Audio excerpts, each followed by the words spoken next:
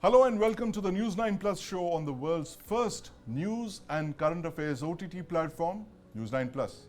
Over the last few days, we've seen some dramatic visuals of Indian naval marine commandos overpowering Somali pirates on the high seas. Now, this was the culmination of a 40-hour-long joint operation where the Indian Navy, helped by the Indian Air Force, rescued the bulk cargo vessel Ruin, which was hijacked by Somali pirates, and it was being used as a mother ship.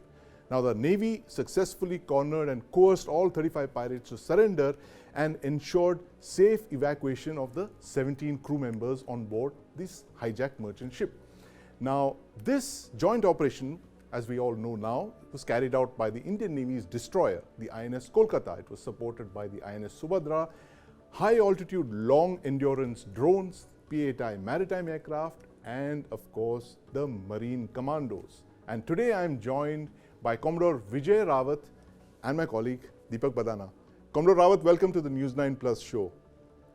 Hi, thank you. Nice to be in the show. Commodore Rawat, I must first compliment you. What a spectacular operation that was. Those visuals of Marine Commandos parachuting in the middle of the Indian Ocean 2,000 kilometers away from Indian shores is something that's going to remain on our minds for a very, very long time. Yeah, it's actually amazing, and it was, it gives me great pleasure because I was somehow or the other involved in getting all these capabilities for our Marine Commandos, both in terms of equipment and training. And in my tenure till 2020, we were only doing this in terms of doing some exercises at sea. Right. But we had never done a drop from a C-17, that too in a distance beyond 150 nautical miles from our coast. But this was something which was truly spectacular. Truly and spectacular. This was not only a paradrop, it was a skydive. A skydive, a water jump. So, Commodore Rawat, explain to us, explain to our viewers what a water jump is and why the Marine Commandos are probably the only Indian force that's equipped to do a water jump 2,000 kilometers away in the middle of the ocean. Okay, so unlike a normal skydive or a parachute jump on land, where you jump out, you stabilize yourself, and then you prepare to land as and when you reach and you land and you take a roll and you're up and about. In case of a water para jump or a skydive into water, there are far too many imponderables. Number one, the moment you exit from the aircraft, you start removing your reserve parachute and you start aligning yourself to the wind and you start wearing your fins. Right. And you're wearing a neoprene so that in case you hit the water, there is some other thing, so you at least you can float for some time.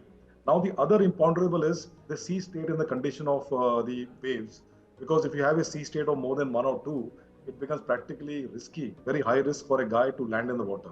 Right. Number 3 is because the horizon and the sea horizon and the atmosphere horizon actually mixes, so you lose the judgment of the height. That is why traditionally what happens is that you only start exiting from the parachute once you touch the water. Right. And once you touch the water, if you're not trained well enough, then there is a tendency, and if the winds are strong, there is a tendency that you may not come out of a harness. And if that happens, then potentially it becomes very dangerous because there is a risk of drowning also. So there are too many high risk activity which are actually linked up. So to do an effective water para jump, you have to be highly trained. Firstly, you have to be very comfortable in water. Secondly, you have to be a combat diver. And of course, all these qualities are already there in the Marine Commandos. Absolutely. But what are the physical qualities that it takes for a Marine Commander to execute a water para jump? I mean, what kind of fitness levels are we talking about? See, the fitness levels of Marine Commandos are very similar to the fitness levels of all special forces people in India, in the Indian Armed Forces. So that is number one. But more than that, since we are almost a 4-dimensional force, we do air, then we land, we do at the sea and underwater. No, I think we should break this up, Commodore Rawat. Again, this is, you've been doing it for 30 years, but the people here, we have no concept what 4 dimensions means. So to break it up very quickly, 4 dimensions means land, air, the sea, and under the water. That's 4 dimensions. Correct.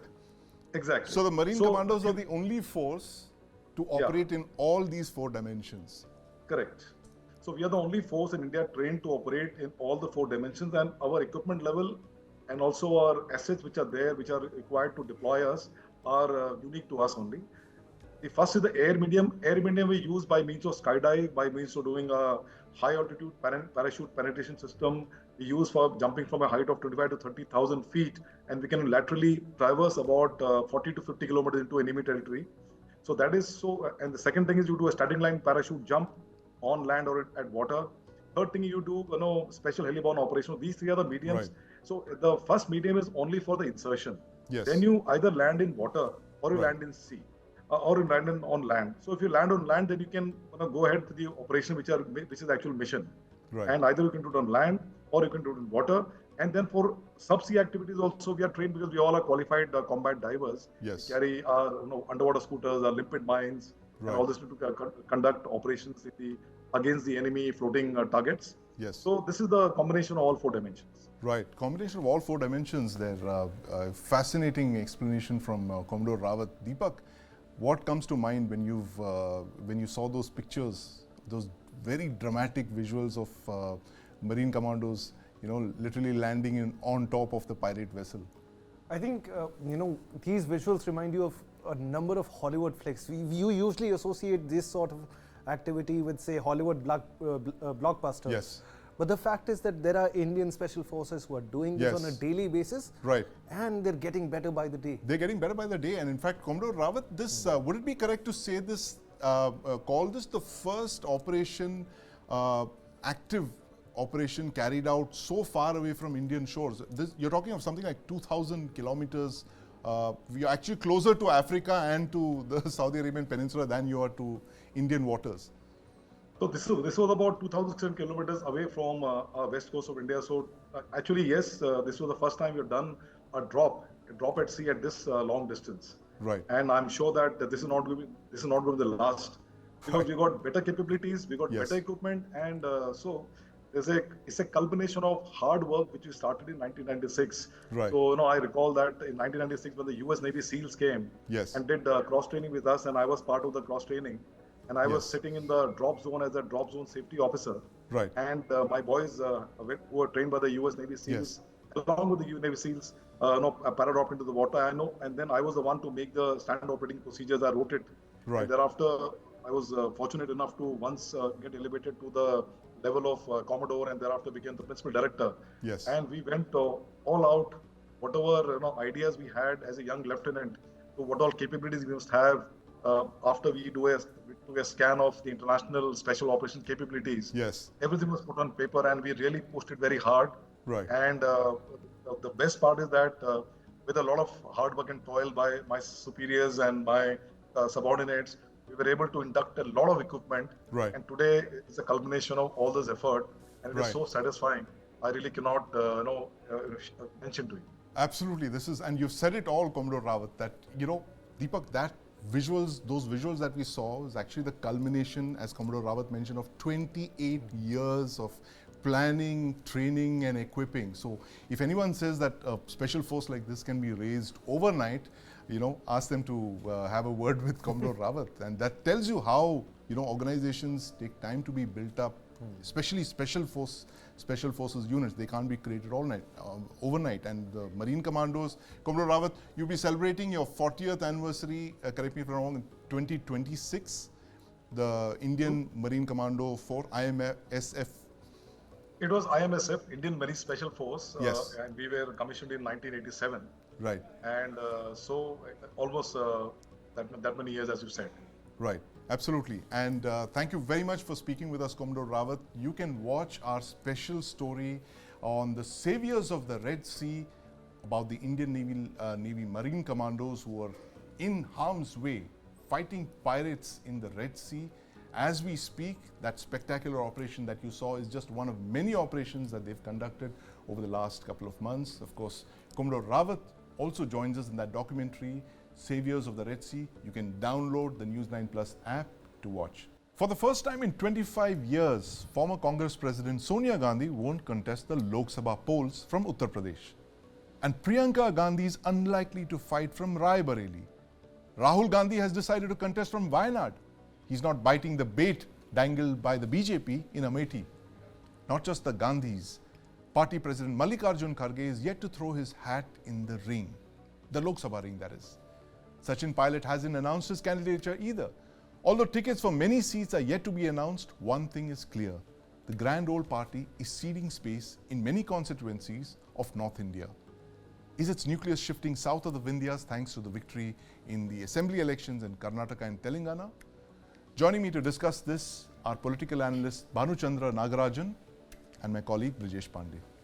Brijesh, I want to start by asking you, no Gandhis in Uttar Pradesh? How did that happen?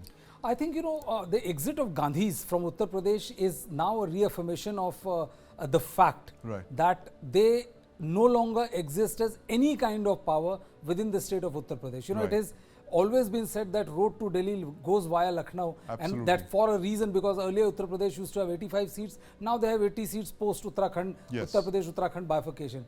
Out of 80 seats, now their position is much worse than a regional party could be.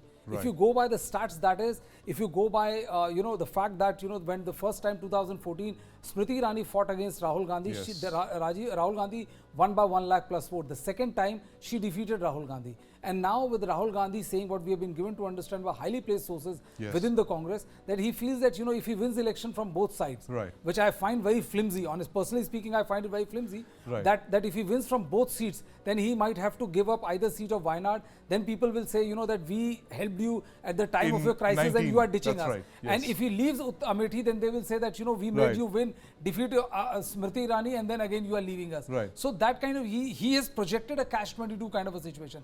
There's one more situation in play which nobody wants to argue about or nobody wants to acknowledge, which is the dwindling popularity of Gandhis in their bastion.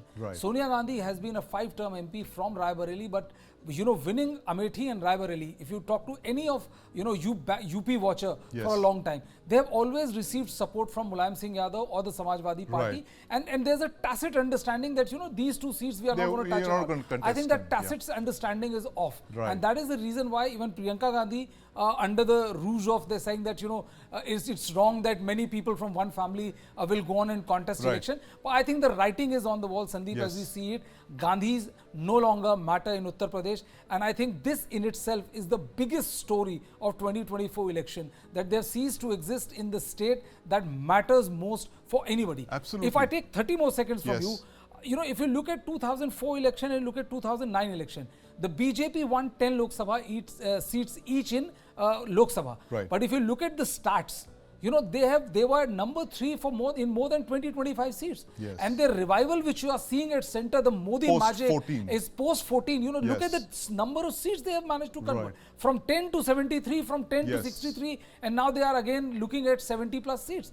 Without this metamorphosis, because it's pure arithmetic, there is no way on earth that you can be a serious player in the politics of India. Bhanuchandra, very important point here by Brijesh, the fact that this is possibly the first election that, correct me if I'm wrong, Brijesh, the first election that the Gandhis are not fighting from Uttar Pradesh. Because even in 1977, Mrs. Gandhi was defeated from Rai Bareli, but she contested. She contested election. And she won in Chikmagalur. Absolutely. How much of a tectonic shift is this in India's political history?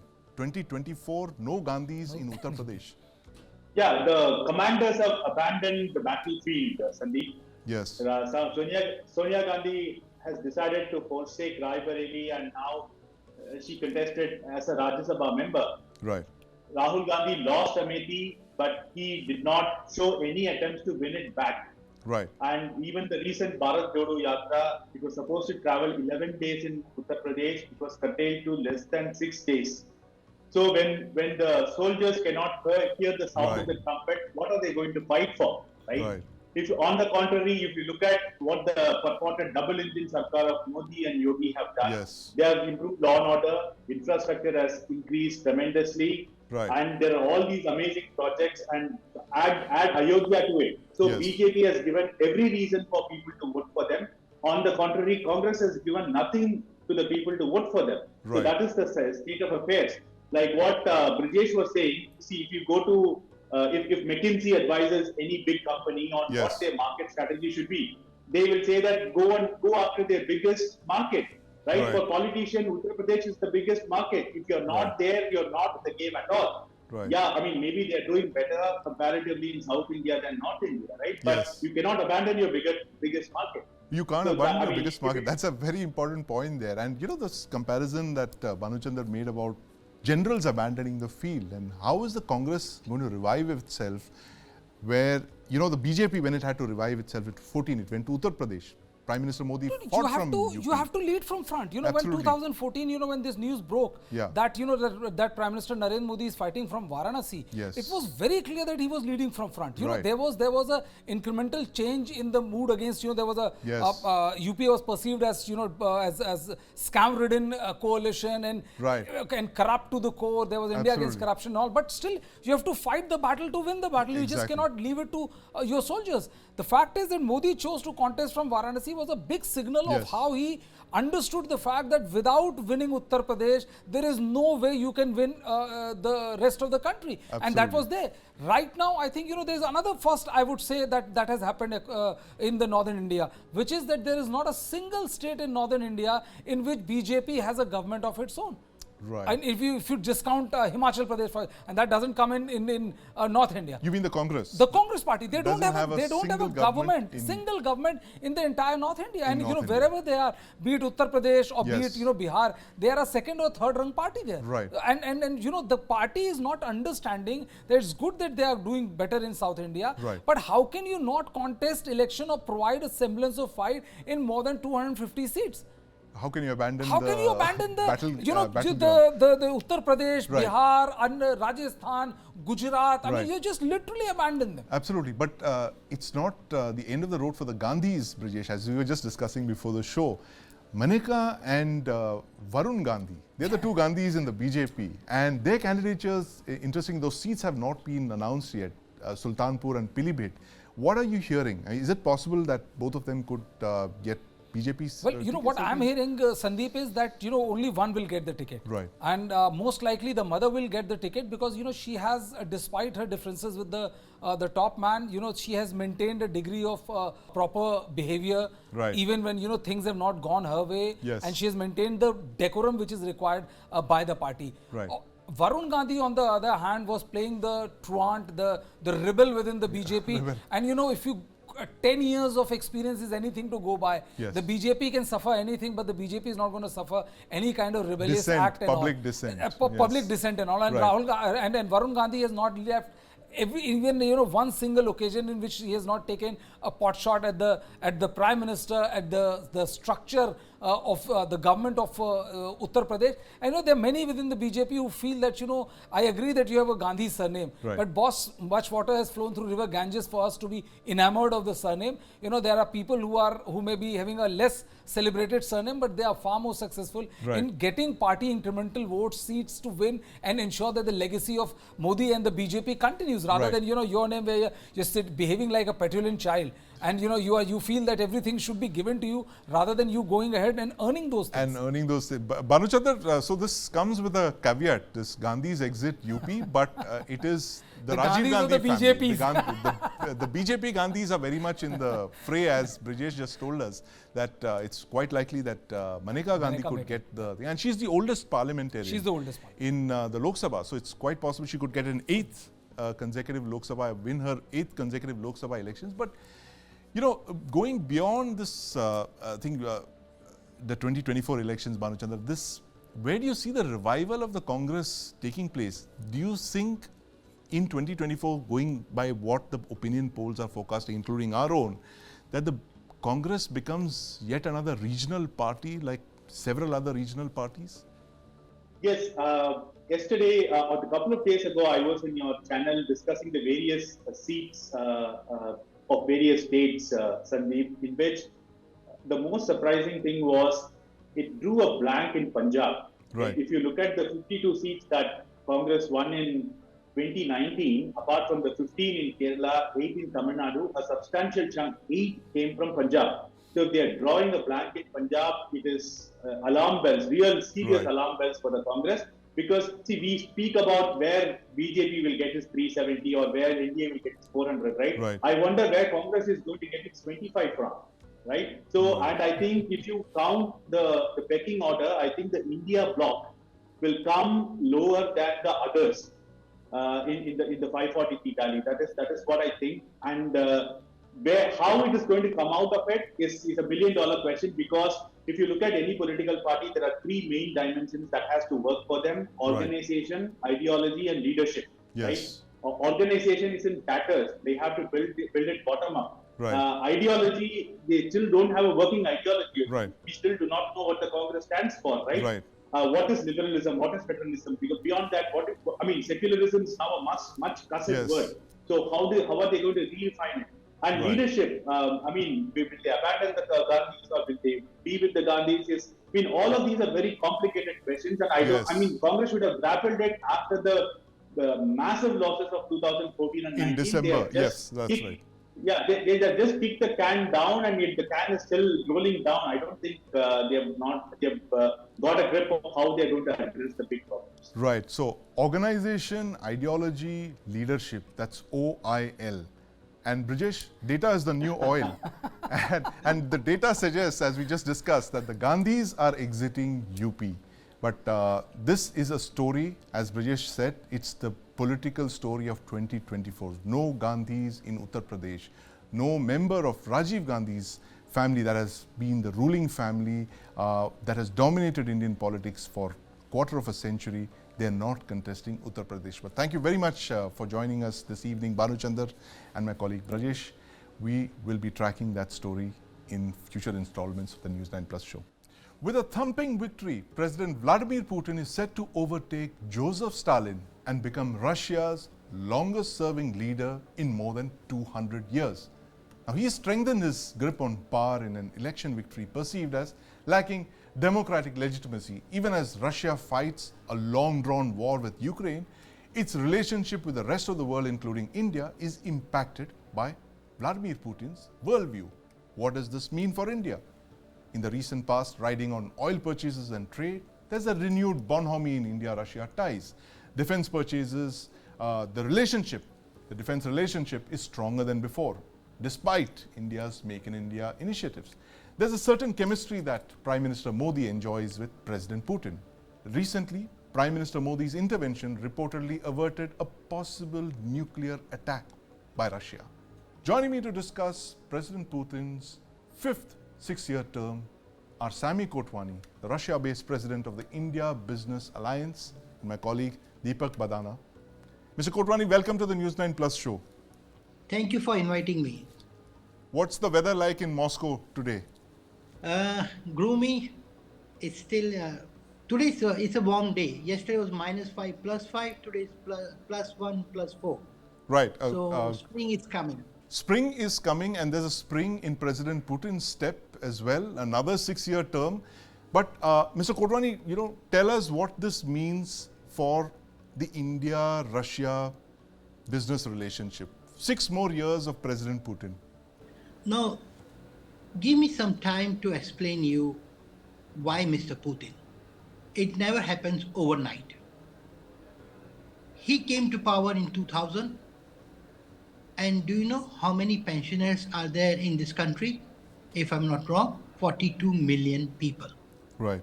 He's the one who has been taking care of them from last 20 years. Right. In 1990s, the whole country was in a big turmoil when it was taken by other leaders. And in 10 years, this city had all the mafia, gangsters, whatever you want to say. Right, right. After Mr. Putin coming back to power, the first thing he took care was the pensioners. He's taking a very good care of them. Yes. 42 million voters. Right. Now, let us go a little bit ahead. Yes. He's been taking care of teachers, all the school, college-going teachers, Yes. all the people.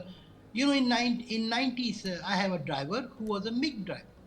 The pilots were driving the taxi. Right. So maybe a good amount of working people were driving the taxis. And when Mr. Putin came in power, he took care of all the educated people. Yes. All the professionals. So, it's like you have to understand nothing happens overnight. It's not that I myself, I'm the only one Indian who got a Russian passport without a Russian wife. Right. I'm okay. the only Indian holding a Russian passport. Right. So I went for election yesterday. I myself voted for Mr. Putin. Right. and it was very well organized. It was such a, interesting to, it's second time I'm voting for him. Yes. So it's very well organized and everything is good. So all I want to say is we Indians enjoy the best, we were always loved in Russia. We were always favored in Russia. I want to tell through this medium that in Russia, there are no Pakistanis, there are no Sri Lankans, there are no Bangladeshis. Right. They all proudly call themselves Indians. Right. So you're saying everyone from South India. Asia calls themselves Indians when they're in Russia? Indian. Right. So that's the Yes. overall, Russian national identity kind of situation. Because, Yes. Mr. Kotwani, whenever I meet a lot of people from Russia, from diverse parts of Russia, I always ask them, where are you from and who are you? So they say, we are Russian. They might be Kalmyk, they might be Tajik, they might be from Siberia, but they will always identify themselves as Russian. So you see this kind of a Indian national identity also coming over South Asia. But Yes.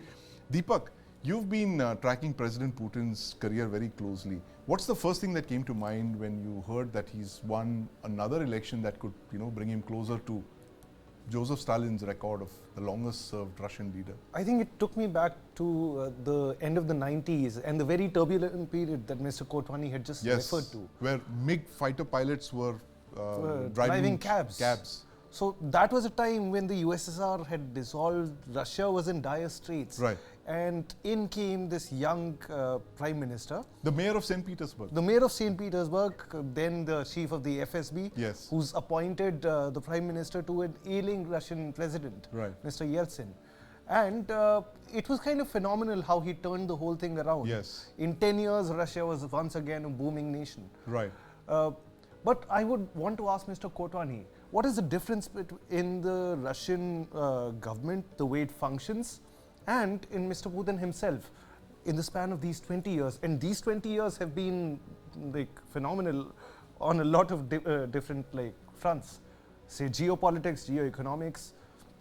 How do you see Mr. Putin and his government changing over 2 decades? See, if you see from last 2 years, the Prime Minister is Mishutin, right? Before that, he was a tax minister. I'm a professional tailor in town, so I dress all who of who. So knowing these people, let me tell you, this very professionally done. The Prime Minister has taken good care of this country. They are growing. We have got a new economic minister. We have a new trade and industry minister, Mr. Manturov. Mr. Manturov was born in India, if I'm not wrong. He knows Bombay better than me. So these people are very professional, and the industry has grown from bounds and leaps during this crisis. Right. The local industry has grown too much. They have been giving all the, they were always export oriented, but now if you're rich, you want a cheese from France, so you're welcome to have it, but the prices are very ridiculous. So blue cheese cannot be afforded by Russians. So they started manufacturing their own cheese. Right. So everything they started manufacturing locally. So, for me, all the luxury items are international items, but local items are much more easy, affordable, and easily available. So that's Mr. Kotwani, it's interesting that you should mention that, because I was just speaking to a friend who just got off a flight from Moscow this morning, and he was telling me exactly this, that there's no signs of any war in Russia. It's absolutely normal. The streets are filled with people. The stores are full of food. It's just like Russia, there was no war on. And probably that's the reason why it's called a special military operation. And the Russian economy is growing at 2.6% this year. I mean, what a fantastic turnaround. And, does this mean that there could be greater possibility for Indo-Russian ties, despite the sanctions, given the fact that, the government of India is very keen to pursue a trade relationship with Russia, the Russian economy? See, I want to tell you first thing, we Indians are in war for last whole of my life. From 1945, we are at war with Pakistan, or we are at war with China. Yes. So we are in war every day, but we Indians don't feel it. Right. So why we're talking about the special operation which is happening 500 kilometers, or it is not happening in the land of Russia. So whatever is happening in the land of Ukraine. So, there is no war-like situation. That is the first thing. The second thing, what I wanted to say is, I just missed my mind. Russians are doing everything correct. The things are, please see the streets of Moscow. They have made it more for walking people. What I've seen in 2000 and what I see today in 24 is totally different. It's become more friendly. Do you know this is most probably the most safest place in the world for the girls and for the students? Yes. What we are suffering, what we are hearing in America. I have a daughter, a young daughter, and I don't feel any fear when she's traveling alone in any time. Even in midnight, I can tell you it's very, very safe country. Right. So he made this country to one of the most safest country in the world. Yes. We are not talking about Paris, where you cannot go on the middle of the, in the capital, you cannot roam freely in the middle of the night. So this is not what is happening in Russia. It's a very, very safe haven, and especially for girls. Right. Very safe haven indeed. And my last question to you, Mr. Kotwani, is that the fact that Russia is now pursuing a look east policy, if I could call it that. This is an Indian expression. The look east policy is when the Indian government kind of started looking more towards Southeast Asia. But now, given the sanctions against Russia, Russia is increasingly looking at the Asian countries, its Asian neighbors like China, maybe Iran and India as well. There's talk of two corridors, the North-South corridor through Iran and the Caspian Sea, and the Chennai-Vladivostok corridor. How enthused are you about the prospects of Indo-Russian business ties, given these two new economic corridors that are coming up? So let us first talk about sanctions. Why you people are talking about sanctions? You are not giving a proper information. You telling sanction is a lie. Please tell American sanctions, or please tell European sanctions. This is not United Nations sanctions. Right. Right? We do have sanction on Pakistan. We don't do trade with them. Right. Is that true? So please don't confuse people with the word sanctions.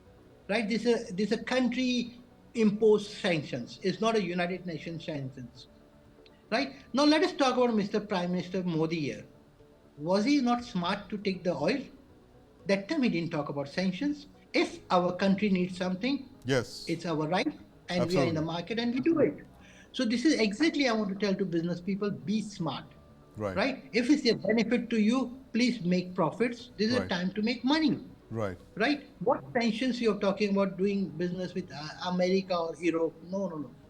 And let me tell you, Russians are a little bit more better quality conscious people. Cost, the company, the quality compliance of this country is always one step more than Europe and America. Right. So there are no sanctions. Sanctions are, we have to see what is benefit to us, and we should take more benefit of this sanction. That is the first thing. Right. Second thing, let me tell you, business is all about making money. We lost this opportunity before during the, we were the biggest trading partner during the Cold War. Communist time. Yes. Yeah. Now the time they've got one more last chance. I think our Indian business people are having the last chance, and they should grab it. The country is giving all the benefits what they give it to other people, but for Indians there is always extra benefits. And let me tell you, which they cannot put on a paper. Like for the pharma industry, they told me land is there for you. All the normal things, water, gas, everything is there for you. Other than they said, yes, you can bring your employees also. Today the biggest need in Russia is our manpower, medium and high quality manpower. Yes. Right, and this is the first time they have got more than 60,000 work quota for Indians. Right. 60,000. So there's a very big demand in every industry, not only in oil and gas. In construction, everywhere there is a demand. In swing department also, there are like more than 6,000 jobs have been opened up in Russia. Right. So, and let me tell you about all these jokers. I will use the word jokers, who has gone to the military.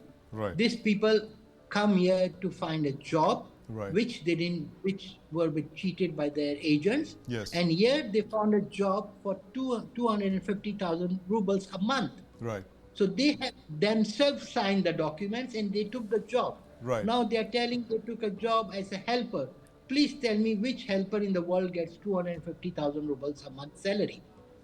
Absolutely. So they knew what money they are getting. Yes. And they knew and the what risks that they were taking. taking. But that's a separate story. I'm going to come back to you for Mr. Kotwani. Thank you very much. That was Sami Kotwani joining us from Moscow to talk about the impact of President Putin's re-election in Russia. Another 6 years, Russia is open for business, as he says. That's a story that we've been tracking for several years now. Let's look at this exclusive story inside the mind of Putin, only on the News9 Plus app. Download the app now. Vladimir Putin restored national pride for millions of Russians. A psychological commodity that was lost after the disintegration of Soviet Union. He has restored a lot of Russian power, and he's given Russia a global influence that it had lost. From a nondescript officer of the notorious KGB, his loyalty and attention to detail catapulted him to Russia's topmost office, the Kremlin. He's a low-level KGB officer who was elevated to a position of great power because of his willingness to protect the corruption of the Yeltsin era. The incredible life journey of Vladimir Putin is a case study on how to become a ruthless dictator.